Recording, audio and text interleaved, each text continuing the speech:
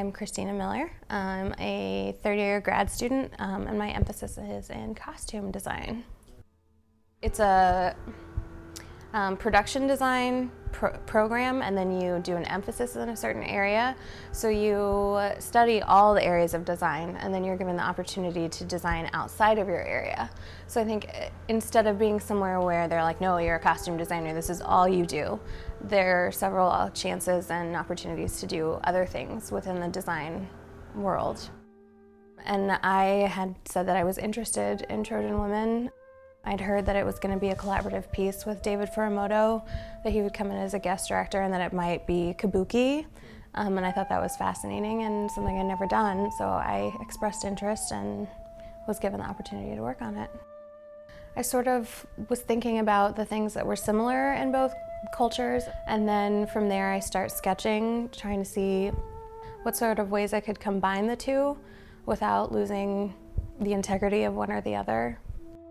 I think the chorus women, that was sort of where I had my breakthrough. I designed the first couple of chorus looks and sent those to the director, and I said, you know, when you say Greek Kabuki fusion, this is what comes to mind for me. Is this what's in your head? And he said, yeah, that's perfect, that's what I want. And so from there, I set out to design the individual characters. And I think the one that probably was the most challenging for me was Helen.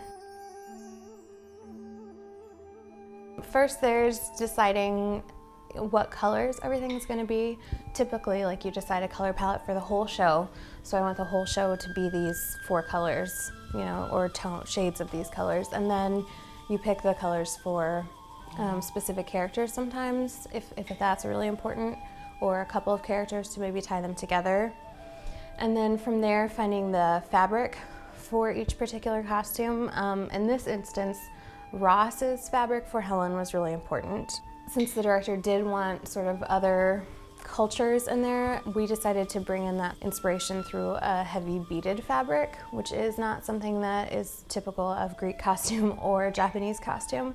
So that was a really specific fabric choice and something that took me a while to find. And then we generally do what's called a mock-up. We make the garment out of muslin because it's cheaper, and we can mark on it and pin it and cut it up and things like that.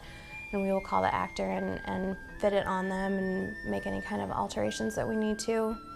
And then after that, we cut it out of real fabric and put it together. It feels good. It's nice to know that people appreciate what you do, because there's a lot of hard work that goes into it and a lot of things that people don't see or necessarily think about. So for someone to come up and say, you know, I loved the costumes, it just really helped create the world for me. Especially, I think the actors say it a lot.